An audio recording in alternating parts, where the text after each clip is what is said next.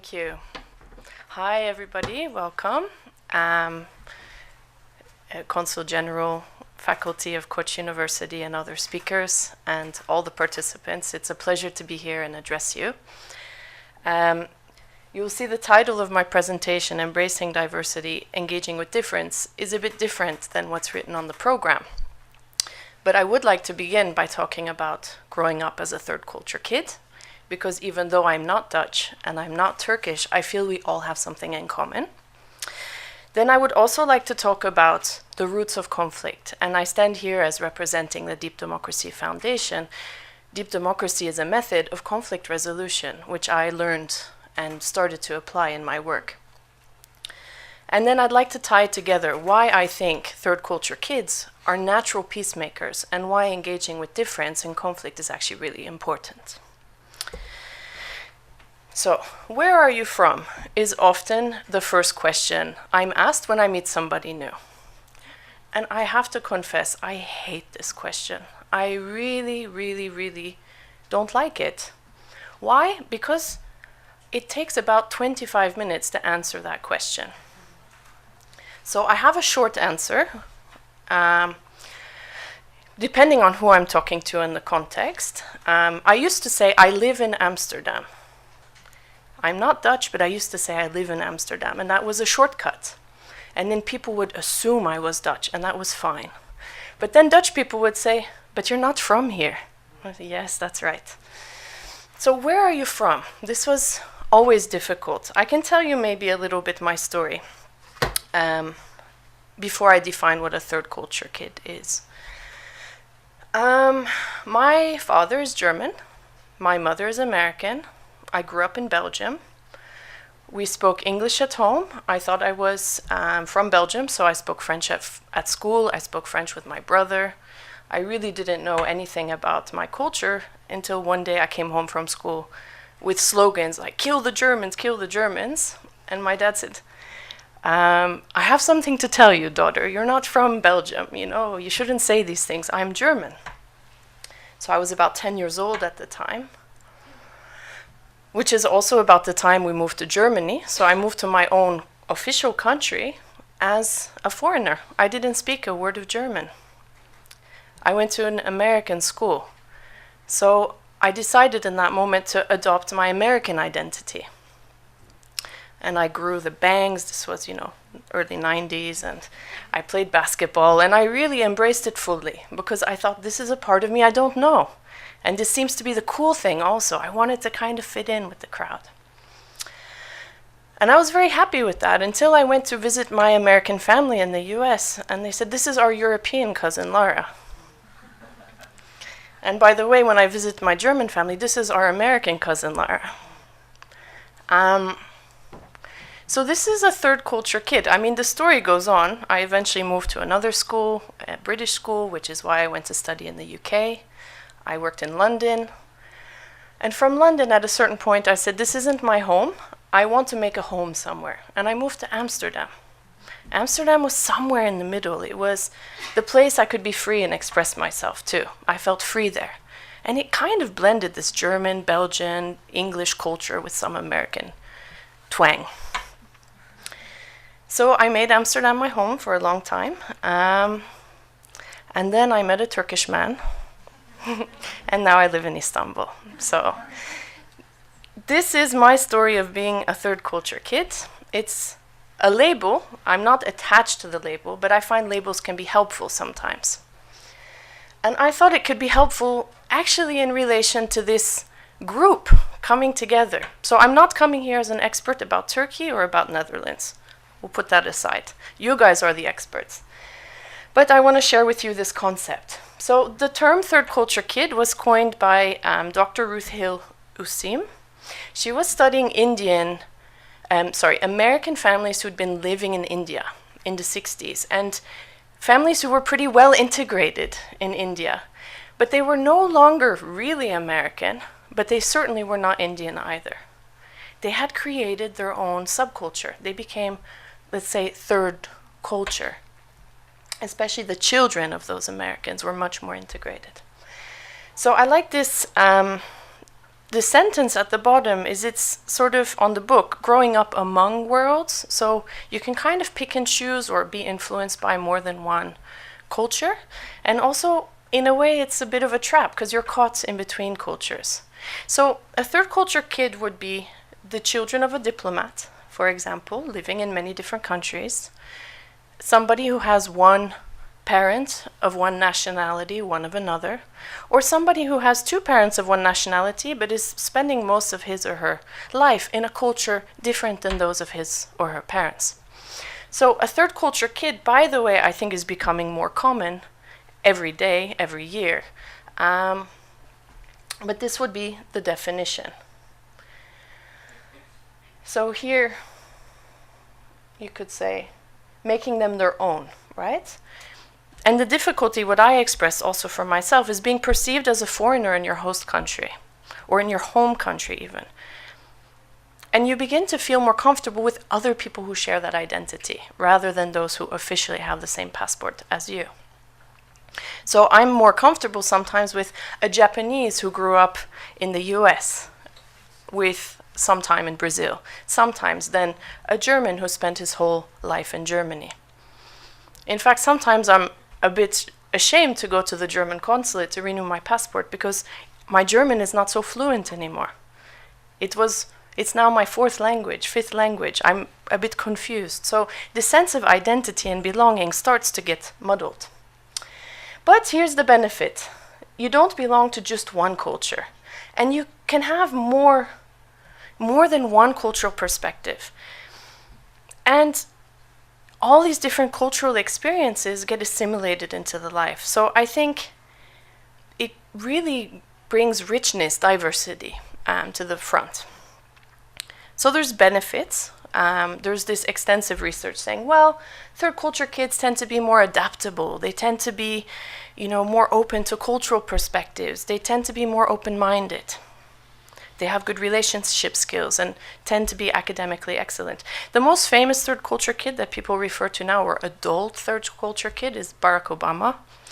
People love to refer to him as sort of having that label. But it also leads to some challenges, ambivalence. Am I this? Am I that? Issues of identity. And to be honest, I will confess, I really don't know sometimes where I'm from. My passport says I'm German. Sometimes I go to the US, my passport says I'm American. They say, welcome home. And I say, thank you. But I've never lived there. You see, it's a bit of a blend. Restlessness and rootlessness also. And insider-outsider. So you can say there's benefits and drawbacks, and I believe that these are all valuable. I think culture is also interesting, and a third culture especially, because it's kind of like an invisible diversity. If we have a different ethnicity, if we have a different gender, it's visible often on the surface. But when it's a cultural difference, it's kind of an invisible thing. People cannot judge from the way you look or talk how you feel culturally about yourself. And this can sometimes lead to these cultural clashes without even realizing that they're present or that they exist. So this is my introduction of being a third culture kid, but what I'd like to share with you is I believe third culture kids especially are very natural peacemakers. So peacemakers don't just make peace, they actually also learn to engage with conflict or with tension. So, or in my view, as representing deep democracy for this segment, is you can engage, you can create peace, you can resolve tension and conflict only by going into it. So you need to be open to different points of view. You need to be able to really listen to alternative views. And why does this matter? Well, the roots of conflict, maybe just a small note, this methodology comes out of South Africa, and it was developed in the post-apartheid South Africa period, but based on the work of Arnold Mindell, who's a process-oriented psychologist. So it has a history in South Africa, I think, which is very interesting. But it's a simple set of tools that can be used by anybody in any kind of a group. The famous iceberg here of Freud Freud coined this iceberg, and he said, the human psyche has the potential for a lot, but only a little bit of our behavior, a little bit of what we know about ourselves is conscious to us. The majority of our actions, the majority of our choices are unconscious to us. Arnold Mindell took this concept and he said, and Freud is saying, and there's this huge potential we all have that we're unaware of or underutilizing. Arnold Mindell took this concept and he applied it to groups. He said, in a group, something is conscious when it's known and heard and understood by all the members of the group. And that might be 2 people, or it might be an entire nation, or anything in between. But so much is left in the unconscious, is left unspoken. And therefore, unless we can lower this waterline, unless we can make more things conscious, we're not tapping into the wisdom or the potential of the group. So, this invisible realm under the waterline, this is the realm of emotions, identity, values. These are the things that are not really spoken about necessarily. And there's a lot of text here, but the major thing is, over time, if you feel your views are not being heard, if there's an issue present that's not being discussed, over time it gains weight. It begins to show up in unusual behaviors. People start to demonstrate behaviors. And people start to display what is called terrorist behaviors or sabotage behaviors or resistance behaviors. What are these behaviors? So let's take a completely harmless situation. You're in a classroom and the teacher says something, you must all do this, and somebody starts making jokes. It's a very nice way to talk and let the teacher know you don't quite agree with what he or she is saying, but it's indirect. Sometimes, by the way, a joke is just a joke. There's sometimes just very funny people who have that capacity. But when it kind of starts repeating more often, it's something needs to be said that's not being said. And then you have other things like excuses. Sorry, ma'am, I couldn't do my homework because. Probably each excuse is valid, but when it's 3, 4, 5 times that the excuses are coming, often it has nothing to do with the homework anymore. It has to do with something else, which is residing back here in this under the water. Gossiping is the same. You leave the classroom, maybe this conference, we will leave the conference and have some gossip. Can you believe he said this and she said that? It's very normal, we do that. We gossip, it's a great way to share communication. But it can become a kind of a sabotage behavior if the person who most needs to know what you're saying isn't in the room and hearing it. And so what happens is the issue becomes bigger because it's not being resolved. Because again, the person who needs to hear it doesn't hear it. And eventually you can keep going along this line and you see communication breaks down. Disruption happens. There's somebody who's always disturbing the class, for example. Or everyone's doing it, but really taking a long time to deliver their project on time until they go on strike. And in the end, what you can see is the outcome, if things continue, is war or withdrawal. So separation. This is a diagnostic tool, and this is really an explanation about the roots of conflict. Where does conflict come from? This is between 2 people, this is between nations. You can always watch this kind of a conflict emerging.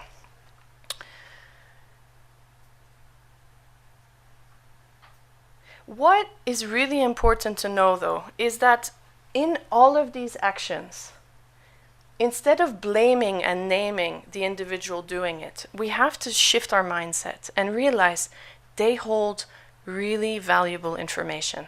They hold information that is not yet heard by the group, and they're trying to make it heard, but they're just being a little bit indirect about it, because sometimes it's unsafe to be direct. So this is why political cartoons exist also, to indirectly make things known. So what's the conclusion with all of this? Why have I shared this model with you? Is actually to keep this from escalating and things from becoming very ineffective and misunderstandings to escalate into conflicts, you actually need to engage with the difference. So in order to engage with diversity and difference, especially when that diversity is less visible, we need to make more things conscious, bring them above the waterline. Be open, be transparent, share what you think, what you believe, because it might not be understood by the other side. And in that information that the other point of view has, which might be very different, which might be a minority point of view. You may be part of a majority group who all thinks the same, and somebody keeps saying, yes, but, yes, but, yes, but, and you just wish he wasn't in the room because then everything would be fine. That person who's saying yes, but, yes, but, yes, but, has a really valuable, important information that is not being yet heard or picked up by the group.